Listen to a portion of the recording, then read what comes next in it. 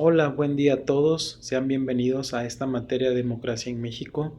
Mi nombre es Abraham Siga Martínez, soy estudiante del primer semestre de la licenciatura en Ciencias Políticas y Gestión Pública. A continuación voy a presentar mi primer proyecto del módulo 1, que es de la democracia al federalismo. Pues sean bienvenidos a este recorrido por la compleja senda de la democracia en México, un camino forjado por la historia, las ideas y las luchas. Nos sumergiremos en cómo este concepto fundamental tomó forma en nuestro país, analizando el federalismo como su contraparte y el impacto de un periodo crucial, el porfiriato. La democracia en México no fue un suceso espontáneo, sino el resultado de un proceso largo y multifacético que se gestó desde finales de la colonia española y principios del México independiente. Efectivamente, el federalismo, que sería una base de nuestras formas democráticas, no fue una imitación de modelos externos como se cree que fue copiado de los Estados Unidos. Más bien tiene raíces autóctonas en la evolución social y económica y política de la colonia española tardía. Un hito fundamental fue la Constitución de Cádiz en 1812. Tras la invasión napoleónica en España, se convocaron elecciones modernas para diputados, tanto metropolitanos como de ultramar. La Diputación Novohispana en Cádiz fue la clave al defender el autonomismo, los derechos políticos, la ciudadanía para todos los americanos y los derechos económicos de las provincias.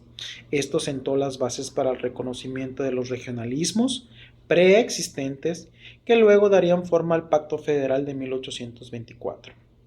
Además, la Constitución de Cádiz ordenó la creación de municipios, lo que incrementó significativamente su número de 35 a 630 entre 1810 y 1820, con esto impulsando la corriente municipalista.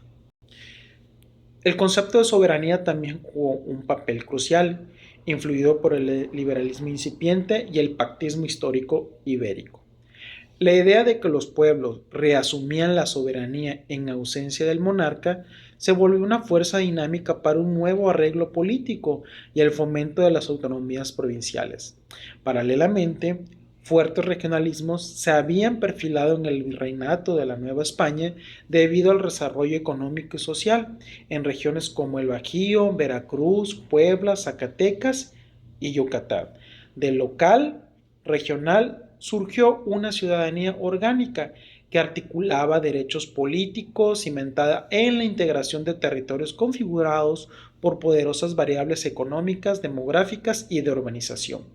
Personajes como José Miguel Ramos Arizpe, considerado el padre del federalismo mexicano, invocaron la lejanía de la Ciudad de México y la multitud de instituciones creadas por la corona española en las provincias para exigir la descentralización del gobierno virreinal.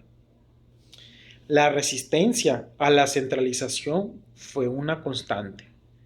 El intento de Agustín de Iturbide de centralizar el poder después de la independencia se encontró con una resistencia militante de las provincias a ceder autoridad.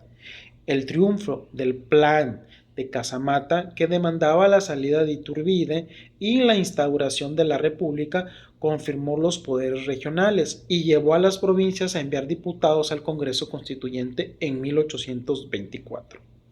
La adopción del primer sistema federal en 1824 fue, entonces, un movimiento de la periferia al centro y el resultado de una evidente realidad política, la única opción para asegurar la unidad del país.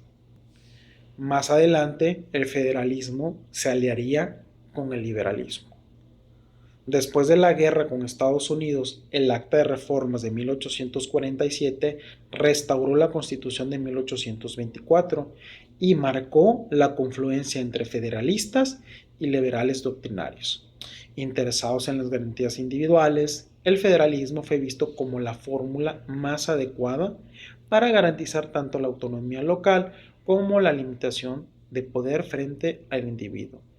Esta alianza se consolidaría en la Constitución de 1857.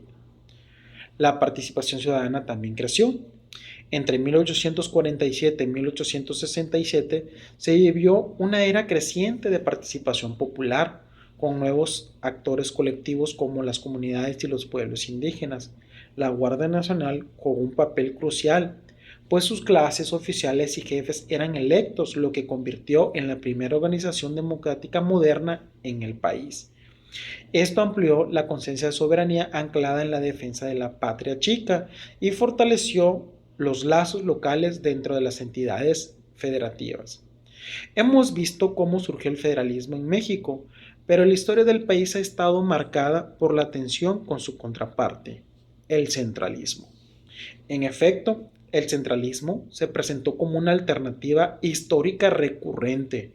Por ejemplo, la Primera República Federal entre 1824 y 1836 fue sustituida por el centralismo de las 7 leyes en 1836, en parte porque a los centralistas les preocupaba la eficacia del gobierno central y la seguridad nacional frente a las intenciones expansionistas de los Estados Unidos de América.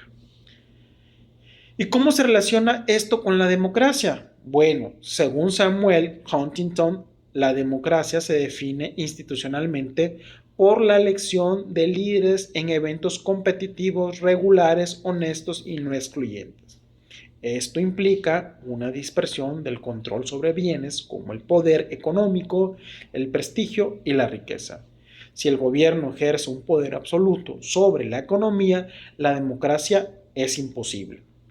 Entonces, ¿un sistema centralista es compatible con la democracia?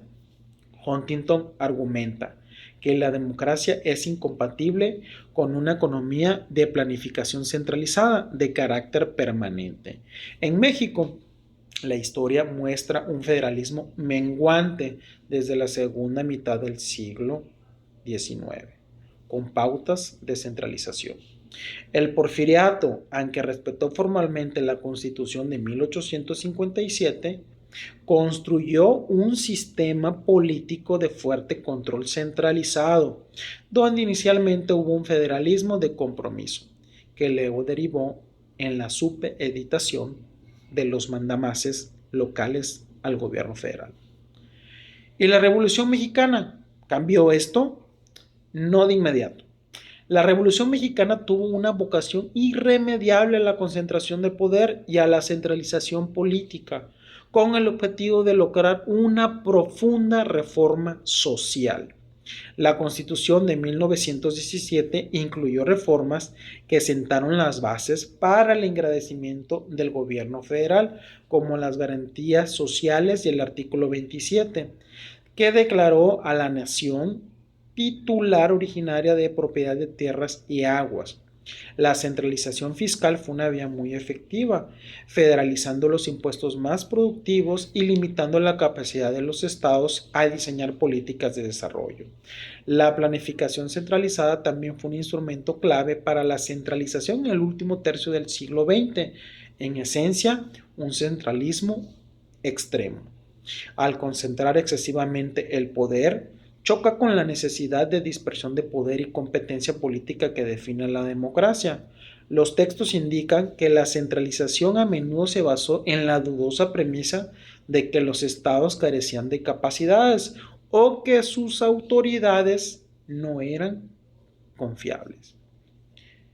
Y bueno, respecto a mi postura personal a favor o en contra del federalismo, les vengo a presentar mi punto de opinión.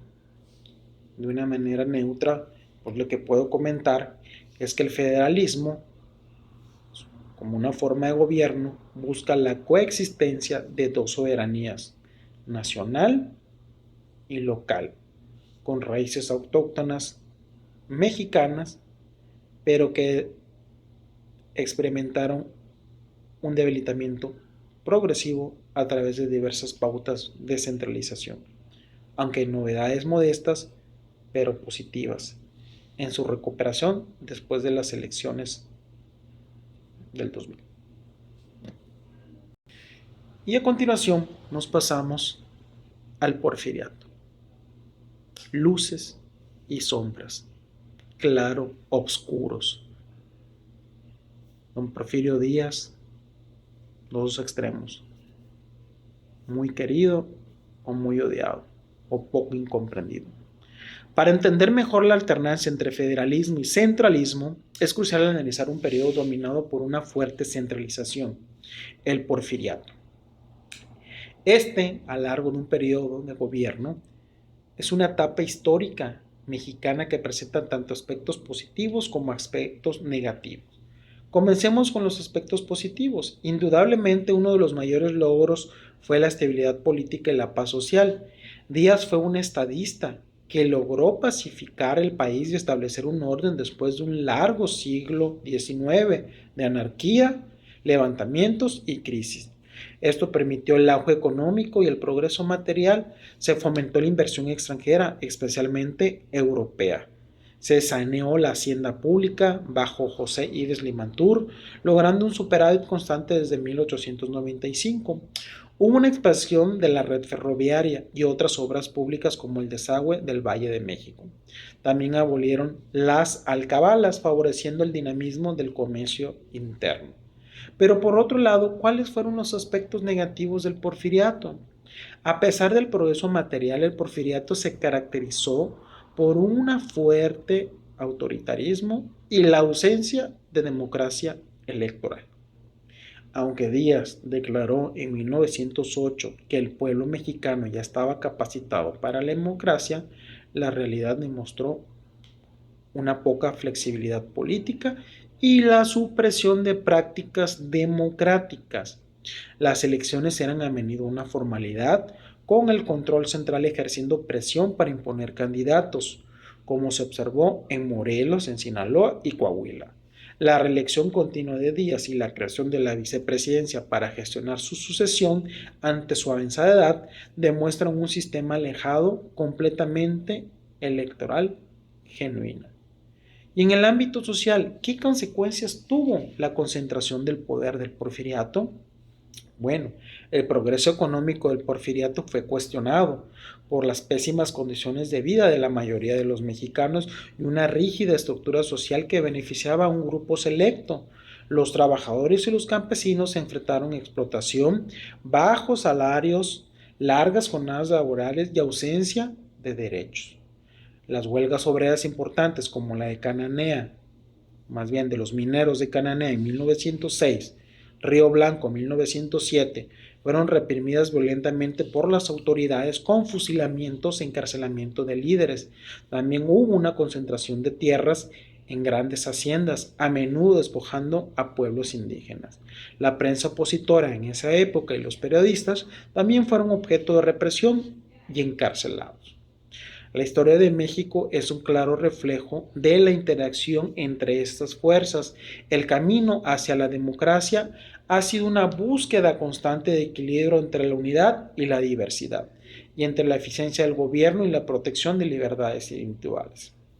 El porfiriato, con sus logros en estabilidad y desarrollo, pero también con su marcado autoritarismo y desigualdad, ilustra los desafíos inherentes a la construcción de un sistema genuinamente democrático.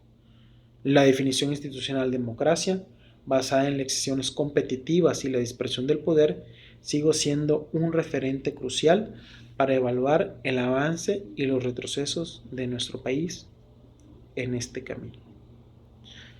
Muchas gracias por haberme escuchado en este proyecto del módulo 1. Agradezco su atención y espero sus comentarios. Hasta luego.